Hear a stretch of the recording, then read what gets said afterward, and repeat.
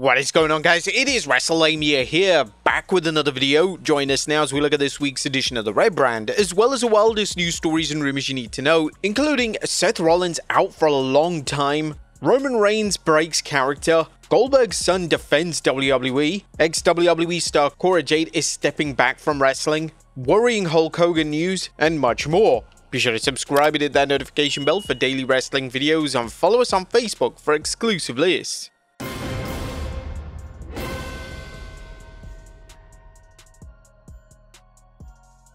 Now, as always, we'll recap the matches, but just look at the good, the bad, and the downright ugly. As always, we start off with the good, as number 1, CM Punk finally moves on. It's incredibly refreshing to see CM Punk finally move away from the Seth Rollins program and focus on a world title. The opening segment from Raw featured Punk and world champion Gunther, however the segment didn't hit a home run due to the crowd. The crowd were keen to chant "You tapped out" at Gunther, which knocked him off track numerous times. WWE's call to have Gunther tap out to Jey Uso at WrestleMania earlier this year has really damaged his presentation significantly, and unfortunately, these chants are becoming common practice whenever the ring general is in the ring. Number 2, Rusev vs Sheamus. Now, as expected, Rusev vs Sheamus once again delivered. The two real-life friends evidently have fantastic chemistry together, and hopefully their final encounter takes place at Summerslam next weekend. Number 3, Becky shines. Becky Lynch has truly taken the Women's Intercontinental title to new heights. On Raw, Lynch added a stipulation that if Lyra Valkyria loses at SummerSlam, she will never be able to challenge Lynch again, and Valkyria would then throw in a no DQ stipulation into their matchup. Quite rightly, there's a ton of hype for the matchup, and if the match is given enough time next weekend, it could steal the entire show. Number 4, Io vs Valkyria. Weirdly, now that Io Sky is no longer world champion, she's once again heavily featured on Raw each and every week. Fans were baffled by WWE's call to basically make Sky a secondary character on TV when she was champion. However, now that Sky isn't champion, they're now keen to present her strongly, which makes little sense. On Raw this week, Sky took on Stephanie Vaquer, and the two women managed to have a fantastic 15-minute matchup, despite the match ending in a no contest. Number 5, Roman's show. At the moment Roman Reigns made his entrance on Raw, the crowd decided to wake up. The crowd reacted to Reigns like he was the biggest star on planet Earth, and they were into every single word he had to say during his promo. The crux of the promo segment focused on the relationship between Reigns and Paul Heyman. Heyman would offer Reigns a spot in his faction now that Seth Rollins is injured, but of course, Reigns instantly declined. Reigns would give credit to the other Bloodline members for his extended title run, and the segment eventually shifted focus to prioritize the conflict between Reigns and Bron Breakker.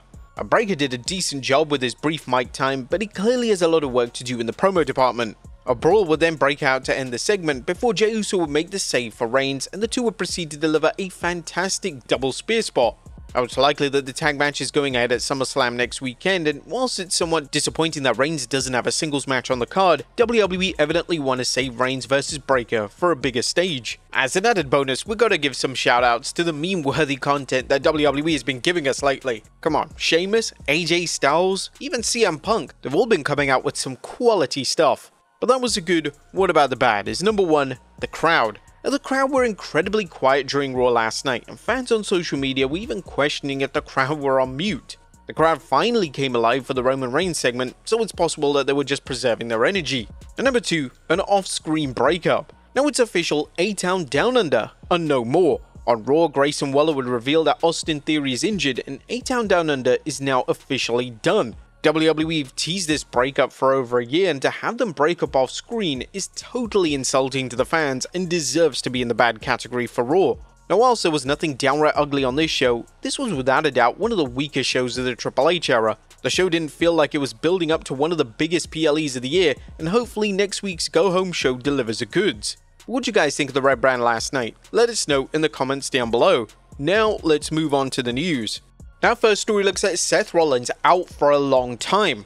Now, our top story today takes a look at the latest when it comes to Mr. Money in the Bank, Seth Rollins, as WWE have provided an update on Rollins' condition. Rollins is currently out of action with a reported knee injury, and WWE have finally revealed that Rollins will be out of action for quote-unquote a long time. Now, this news was provided by Paul Heyman directly on Raw last night, and this hasn't exactly stopped rumors that the entire thing could be just a work.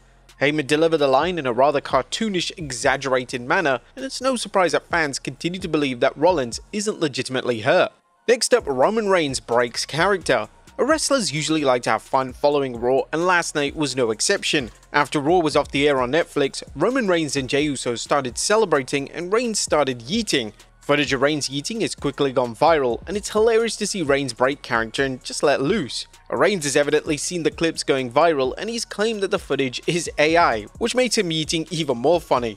Next up, CM Punk reveals a secret WWE rule. WWE has several secret rules that wrestlers must follow. One of them relates to going over allocated time in segments. According to WWE Champion CM Punk during an interview with Sport Bible, talent are allowed to go over on their segments for around 20 minutes, but it has to deliver and the content has to be really good. It's one of the secret rules. As long as it's really good, you can get away with it. Going 20 minutes over it and you suck, that's no good. I don't want to cut into anyone else's segment, and there's a lot of times I have X amount of time for something and I don't think that I need all that time. I'll just go out there and go short. I would rather go short than long. If Rhea Ripley is in the next segment, I can nudge her and be like, hey, you guys need 2 minutes? I can give you 2 minutes. Wrestlers going over allocated times definitely became a common trend during the Bloodline segments, and Punk even addressed this directly in the interview.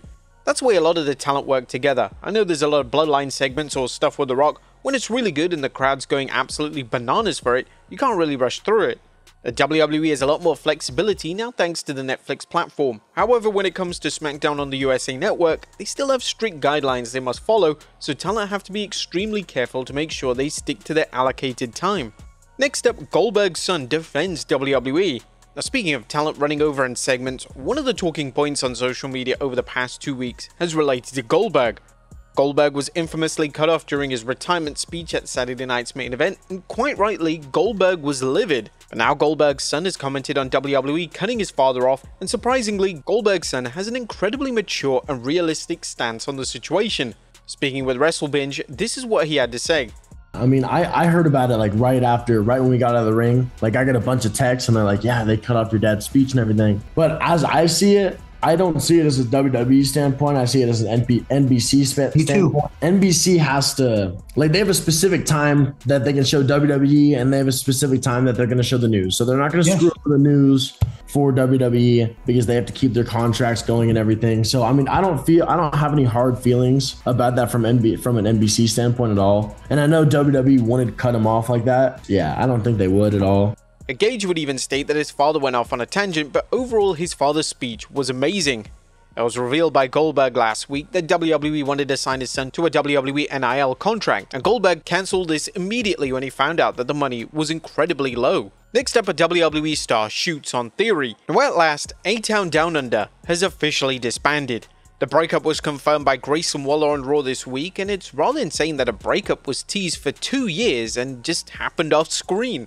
But with that being said, Waller is trying to make the angle work, and he took to X to deliver a passionate shoot promo on Theory, and the promo took aim at Theory's failures since the win over John Cena at WrestleMania 39.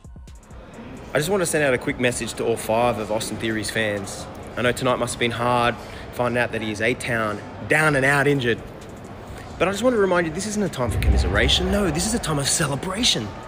We should be celebrating the fact that Big G, Grayson Waller, saved Austin Theory's career. Remember 2 years ago when John Cena buried him alive on Monday Night Raw? I remember, I watch it all the time. It's one of my favorite Raw moments of all time.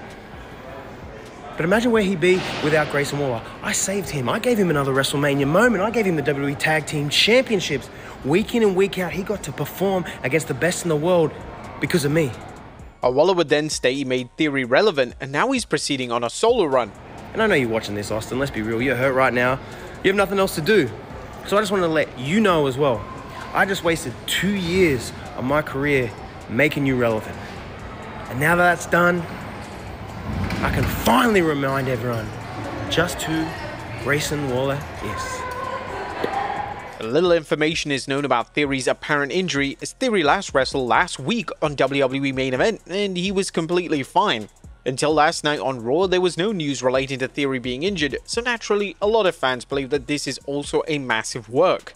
Next up, the identity of the medical staffer on Raw. Fans paying close attention to after Rodriguez accidentally laid out Dominic Mysterio with a big boot to the face, noticed a female medical staffer appear on screen to assess Dominic. Well, she's actually a wrestler, and her name is Alex Gracia, who's actually well known on the indie circuit. According to Ringside News, Gracia's wrestled in AEW, TNA, Ring of Honor, Shimmer, NWA, and Booker T's Reality Wrestling. She's been grinding since 2018 and has gained attention for her standout in-ring presence. Do you think that she could be wrestling in WWE soon? Next up, Cora Jade stepping back from wrestling. Now whilst one career could launch, another may come to an end, as Alina Black aka Cora Jade has decided to take a step back from pro wrestling indefinitely. Black took to her social media accounts yesterday to announce that she's focusing on her mental health and she'll be taking the rest of the year out. We're wishing her all the best. Next up, the Hardy Boys go the extra mile. It's well known just how much the Hardy Boys care about their fans, and this was on full display following TNA's Slammiversary pay-per-view. According to fans who attended the show, both Matt and Jeff Hardy stayed behind for hours signing autographs and posing for photos, and according to Matt via X, he and his brother decided to stay for 4.5 hours. Hardy would add in the post that he and Jeff are aware that fans made them the stars they are today, and this was their way of giving back. Next up, a new Summerslam match official. The Summerslam card is being finalized, and we now know another title match for the two-night extravaganza. On Raw last night, it was confirmed that AJ Styles, the meme god, will finally get his chance to once again become Intercontinental Champion, and he will challenge Dominic Mysterio. This means that as things stand, there are 9 matches confirmed for the show, and once Roman Reigns' matchup is added, which appears to be a tag match, the card looks to be set at around 5 matches a night. WWE may wish to add 2 more matches to the card and make it an even 6 for each night, but we all know how much Triple H loves a 5-match card PLE. Finally, worrying Hulk Hogan news. Now, our final story today takes a look at an update on Hulk Hogan's condition, and unfortunately, it's not looking good. On an episode of Bubba the Love Sponge's YouTube channel, co-host Lumi claimed he was told by the legendary Jimmy Hart that Hogan can't speak due to damage to his trachea. Hogan's not doing well. He can't speak. His trachea or whatever was damaged and he's having problems, and it does not look good. Does not look good at all. It was also claimed that Hogan is now at a hospital, but has had a hospital bed installed in his own residence. We're wishing him a speedy recovery. But there you have it, folks, the wildest news stories and rumors you need to know, as well as our review of Raw. Be sure to leave your comments down below, and I'll see you next time with some more wrestling content.